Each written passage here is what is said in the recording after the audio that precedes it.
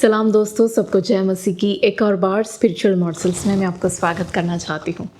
आज हम पुराने नियम में से एक भाग को मनन करेंगे। इसका आधार जो है इब्रानी यहूदियों के अंदर एक परंपरा, उनका एक प्रथा है जिसे बखोरा कहते हैं इब्रानी भाषा में। उसे हम हिंदी में कहते हैं पहलोटे का अधिकार या द बर्थ राइट इंग्लिश में हम कहते हैं। देखिए, एक इब्रानी परिवार में जो सबसे पहले जन्म लेने वाला जो पुत्र है, उसके पास कुछ ऐसे अधिकार है जो बाकी बच्चों में नहीं है। उसे कहते हैं पहलोटे का अधिकार।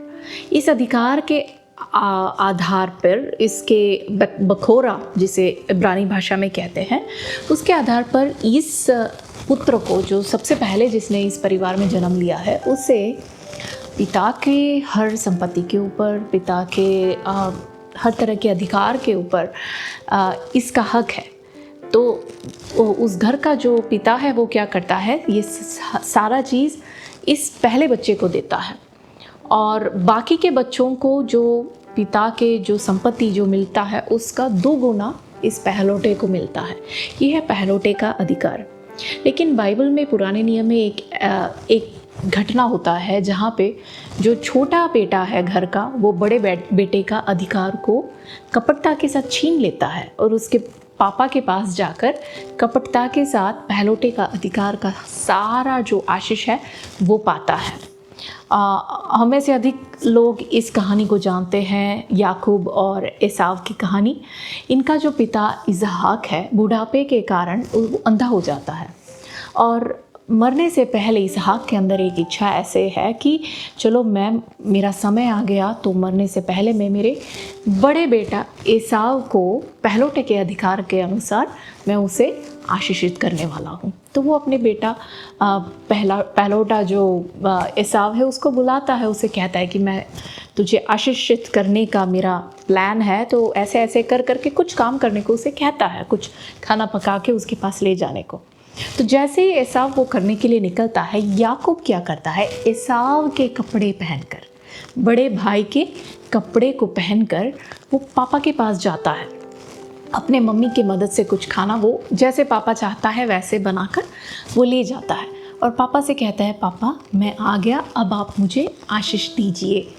तो पापा को डाउट तो ज़रूर होता है, उन्हें संदेह हुआ कि ये तो कुछ गड़बड़ है।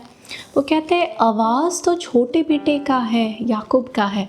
तो कहते हैं, नहीं पापा, मैं एसाव ही हूँ, मैं आपका पहलोटा बड़ा बेटा ही हूँ। तो पापा कहते हैं, अच्छा ठीक है, ज़रा पास आ मुझे, मैं तुझे गले लगाता हूँ। तो जैसे वो पास जाता है ना, जैसे पापा उसे गले लगाता है, उसके पिता को उसका बड़े बेटे का वो गंध उस कपड़ों में से आता है और उसे लगता है कि ये तो मेरा बड़ा बेटा ही है। उसको ऐसे यकीन होता है और इस छोटे बेटे को पहलोटे का अधिकार जो भी है उसके अनुसार सारा आशीष इस छोटे बेटे को वो देता है और वैसे वो छोटा बेटा वहाँ से निकल पड़ता है। इसीलिए ही जैसे ही हम याकूब का नाम सुनते हैं, जिस कहानी को जो भी जानते हैं, एकदम से हमारे अंदर क्या एक ऐसे लगता है कि ओ ये तो वो धोखा देने वाला, धोखेबाज, कपटता करने वाला, एकदम से ऐसे हमारे मन में आता है। लेकिन भाइयों और बहनों, जैसे हम याकूब के बारे में सोचते हैं ना, वैसे ही एक बंदा है जो आपको और मुझे देखकर हमारी और उंगली उठाकर हमें भी कहता है, अरे तू धोखेबाज है, तू कपट करने वाला है।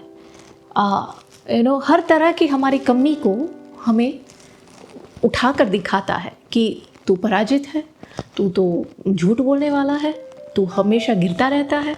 इस तरह से हमेशा हमारी गलतियों को ना सिर्फ हमें बताता है, लेकिन हमारे स्वर्गीय पिता के सामने भी वो जाके कहता है, अरे वो तो हमेशा गिरती रहती है, वो तो विश्वास की बातें बोलती है लेकिन उसके अंदर कमज़ोरी है।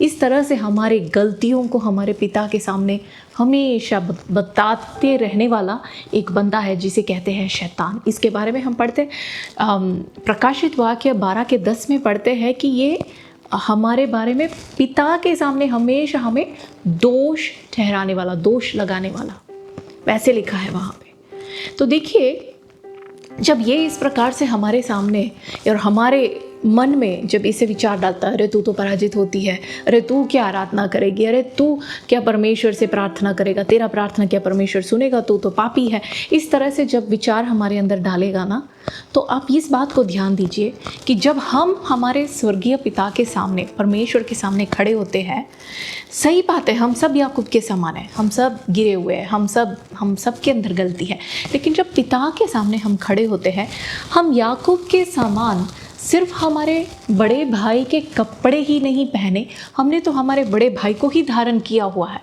गलातियों की पुस्तक 3 के 27 में इस प्रकार लिखा है, 27 में, कि जो मसीह यीशु में बपतिस्मा लिए हैं वो मसीह यीशु को ही धारण किए हुए हैं। तो हम तो बड़े भाई को पहन के हमारे पिता के सामने खड़े हैं। तो जब हमारा पिता हमें देखता है ना, तो हमारे पिता पता है हमें कैसे आशीष देता है, वो धोखा खाकर नहीं। याकूब के पिता ने धोखे के कारण उसे आशीष दिया था। हमारा पिता जानता है हम कौन है, वो उसे पता है मैं कौन हूँ, उसे पता है आप कौन है। हमारे गलतियों को जानने वाला हमारा बाप सब कुछ जानते हुए भी वो हमें फिर भी जब देखता है ना, क्योंकि हमने मसीह को धारण किया है, वो प्रसन्न होता है। क्योंकि जब वो हमें देखता है, उसे हमारी गलती, हमारा पाप नहीं दिखता, उसे उसका पहलौठा, उसका बड़ा बेटा यीशु मसीह का लहू दिखता है।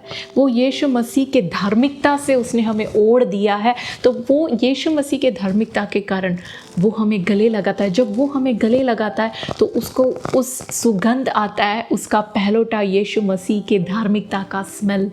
हालेलुया भाई और बहनों, उसी के कारण चाहे हम गिरे हुए हैं, चाहे हम में कमज़ोरियाँ हैं, हमारा स्वर्गीय बाप हमें स्वीकार हमारे प्रभु यीशु मसीह के कारण करता है, हमारे बड़े भाई के कारण।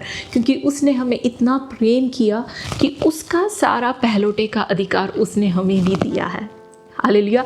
इसलिए जब अगली बार आने वाले टाइम पे जब शैतान फिर से कल को आके आपसे कहेगा ना, अरे तू क्यों प्रार्थना करेगी, तेरा प्रार्थना वो थोड़ी सुनेगा, या तो फिर वो फिर से आके अगर आपसे कहेगा, अरे तू क्या आराधना करने वाला है, तू क्या गीत गाएगा, परमेश्वर तेरी आराधना को स्वीकार नहीं करेगा, उस टाइम पे उसे बोलना, मैं जानता हूँ, मैं भी जानता हूँ कि मैंने गलती किया है, मेरा बाप भी जानता है कि मैंने गलती किया है, लेकिन मैंने मसीह को पहना है। हालेलुया। मैंने मसीह को धारण किया हुआ है, इसलिए मेरा बाप मुझे स्वीकार करता है। हालेलुया। इस प्रकार विजयी मसीह जीवन जीने के लिए प्रभु आप सबको मदद करे। God bless you.